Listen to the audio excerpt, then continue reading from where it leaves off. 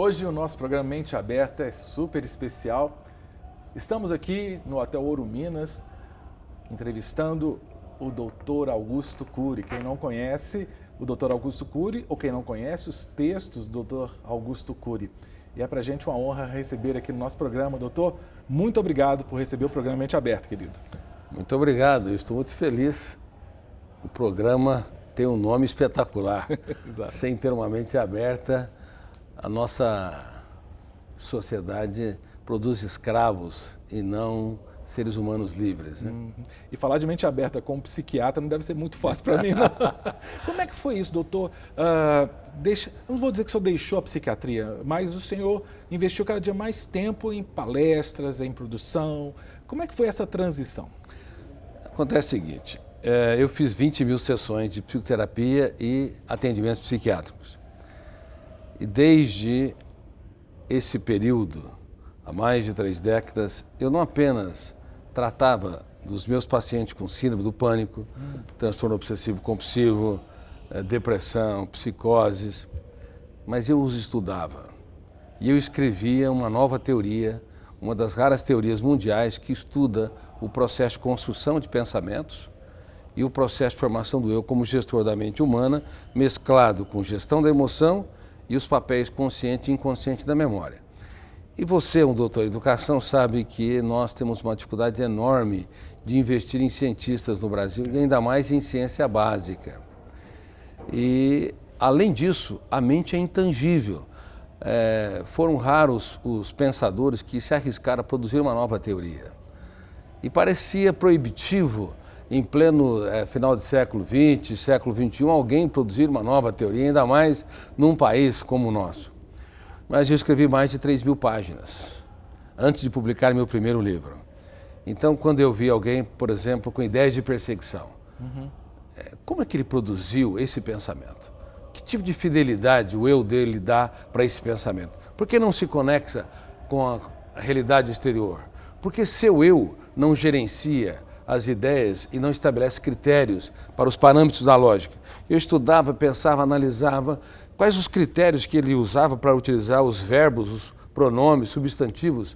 Isso foi uma tarefa muito árdua. Eu te confesso que ao longo desse período todo, eu até tive algumas boas noites de insônia, refletindo sobre os mistérios da mente humana. Aí eu publiquei meu primeiro livro chamado Inteligência Multifocal. Claro que publiquei também com muitas dificuldades. Imagine, escrever livro nesse país e ainda mais livros científicos. Muitas rejeições, muitas editoras acharam interessante, mas não queriam investir no projeto.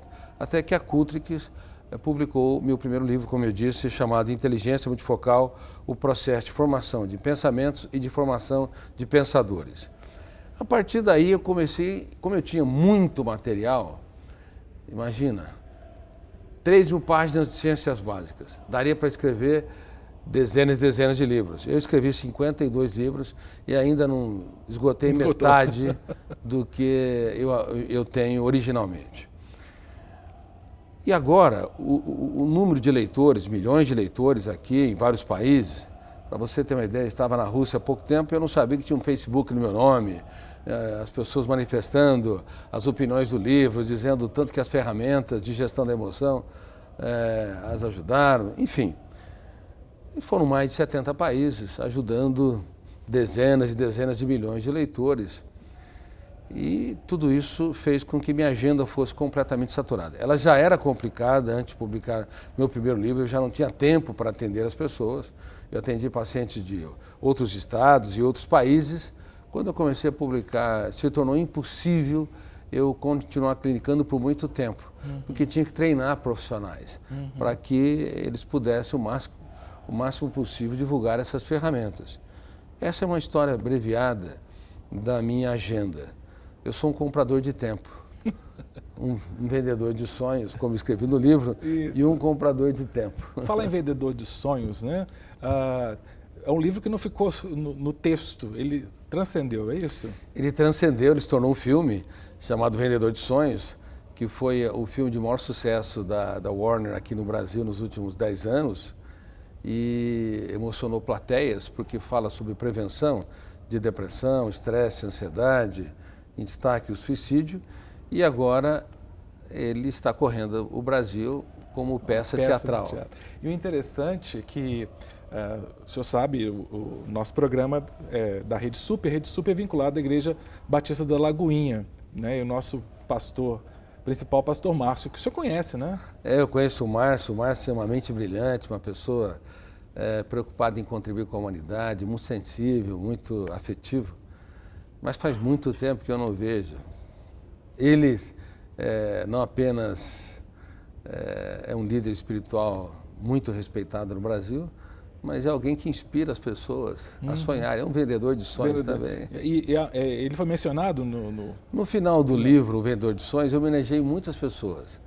Cientistas, pessoas com vocação social, líderes católicos, líderes protestantes, e ele foi uma das pessoas homenageadas por ter esse desejo de contribuir para uma sociedade brasileira mais justa, generosa, inspiradora e que menos egoísta e egocêntrica, né? É verdade. No caso da ansiedade, um dos seus trabalhos trata da ansiedade como mal do século. Olha, a ansiedade é muito mal compreendida. Existem vários tipos de ansiedade. Existe a síndrome de burnout, que é o estresse profissional, pressões, dificuldade de trabalhar uma série de eventos, cobranças, autocobranças. Existe a ansiedade generalizada, o TAG, transtorno de ansiedade generalizada, que é essa ansiedade comum que tem sintomas somáticos, as pessoas são muito inquietas, muito agitadas. Tem um transtorno obsessivo compulsivo, que é um tipo de ansiedade. São ideias fixas de conteúdo negativo, se fixa numa janela, e a janela killer, um arquivo traumático, e as pessoas, por exemplo, dão 2 ou 3 pulos antes de abrir uma porta, porque senão alguém vai morrer, ou tem que abrir eu tenho que verificar se fechou a porta várias vezes durante a madrugada, porque tem medo. Enfim, são ideias fixas que geram comportamento compulsivo, por isso transtorno obsessivo compulsivo. A síndrome do pânico também é um transtorno de ansiedade, é uma sensação súbita e iminente que a pessoa vai morrer ou desmaiar, é o teatro da morte desenhado pelo cérebro.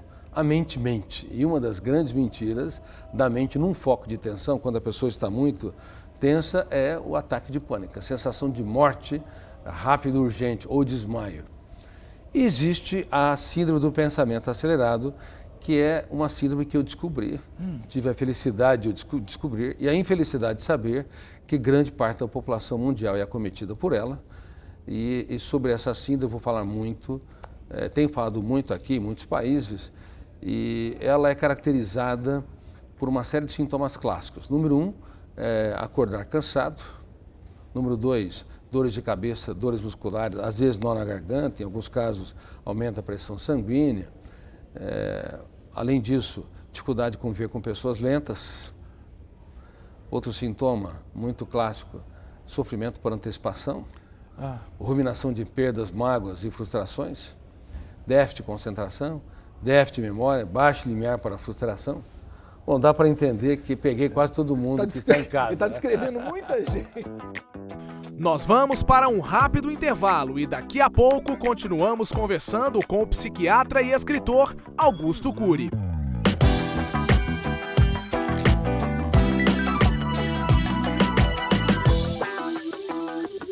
Mas é interessante, doutor, porque da Bíblia tem um texto muito interessante que é uma orientação clara que Jesus dá para a gente não andar ansioso de coisa alguma, né?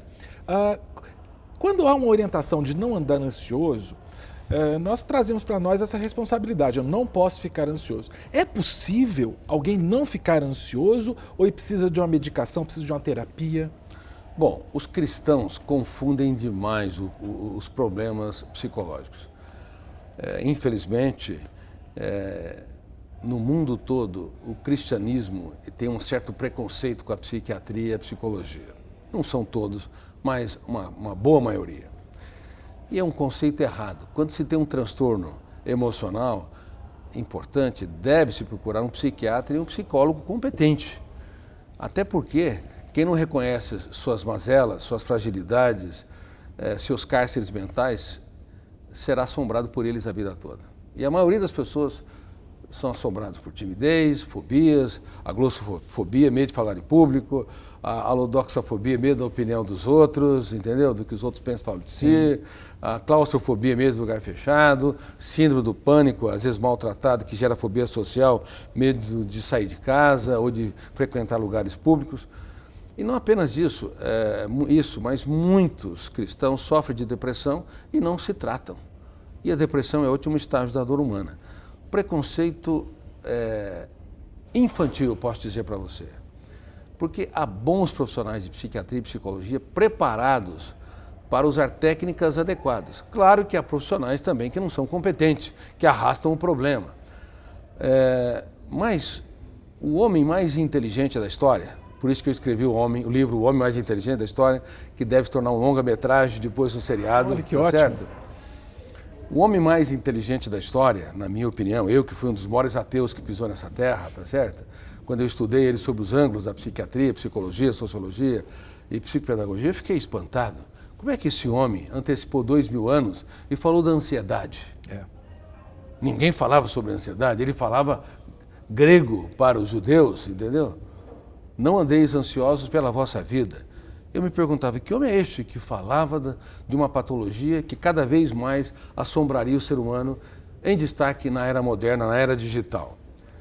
E não apenas isso, ele falou de algumas ferramentas e previu, inclusive, algumas causas. Dentre elas, a mais importante, não andeis ansiosos pela vossa vida. Não antecipeis o problema, ou seja, uma pessoa que faz o velório antes do tempo, que sofre pelo futuro, ele é escravizado no presente. O presente deixa de ter significado, leveza, tranquilidade. E ele ainda fez uma crítica séria a um homem famosíssimo da história, que foi Salomão. Salomão, ele tinha problemas emocionais graves. Ele desenvolveu uma depressão importante.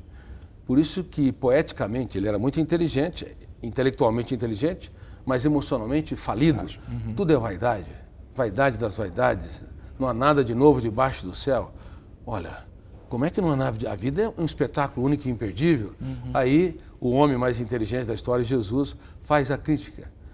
Nem Salomão vestiu-se como um lírio dos campos. Olhai os lírios dos campos. Ele estava dizendo que contemplar o belo, fazer das pequenas coisas um espetáculo aos olhos, é vital para um ser humano ser feliz. Não apenas um cristão, mas um budista, um islamista, um ateu. Quem não contempla o belo, quem não é capaz de falar das suas lágrimas para os seus filhos a chorar as deles, quem não é capaz de perguntar para a sua esposa aonde eu errei e não soube, quais são os sonhos e seus pesadelos, quem não é capaz de gastar tempo com uma flor e observar suas nuances, ou seja, fazer muito do pouco, será um mendigo emocional. E eu tenho dito em mais de 70 países que estamos na era dos mendigos emocionais. Crianças, adolescentes e adultos, às vezes morando em belos apartamentos e casas de condomínio e mendigando o pão da alegria, eles não conhecem as ferramentas do homem mais inteligente da história, ainda que sejam cristãos. Então, não sofrer por antecipação é importante. Contemplar o belo é uma das ferramentas de gestão da emoção para que a mente seja tranquila, serena. Por isso, é vital que todo ser humano abrace mais, julgue menos, elogie mais todos os dias, pelo menos 3 vezes quem ama, e exclua menos e aponte menos falha. Quem é um apontador de falhas está apto para consertar máquinas e não para formar mentes abertas, livres e saudáveis. Com isso, eu vou ter que terminar o programa porque o tempo é curto, mas quero agradecer demais, viu, doutor? Doutor Augusto Cury, muito obrigado. Foi pouquinho, mas com certeza você pode ler todos os materiais do Dr. Augusto Cury, ver os filmes que serão muitos, ver a peça de teatro, é isso aí, né, doutor? Exato, e inclusive uma dica, não apenas o homem mais inteligente da história, mas em novembro, guarde essa data, começo de novembro, estou lançando um livro também que vai se tornar um seriado no futuro, chamado Prisioneiros da Mente. Uau! No cérebro humano há mais cárceres do que nas cidades mais violentas do mundo. Então nós temos que descobrir nossos cárceres. Lembre-se disso, Prisioneiros da Mente. Fique com a mente aberta. Obrigado, doutor. Obrigado, doutor. Muito obrigado a você que acompanhou o nosso programa. Muito obrigado mesmo. Eu tenho certeza que você desfrutou, assim como eu desfrutei, desse papo curto, rápido, mas muito profundo com o Dr. Augusto Cury. Que Deus te abençoe e até o próximo programa. Não quer ficar um segundo por fora da nossa programação? Agora você pode nos acompanhar através das plataformas digitais. Não perca tempo. Acesse, curta e siga-nos. Fique por dentro de tudo o que acontece por aqui. Rede Super, inspirando você.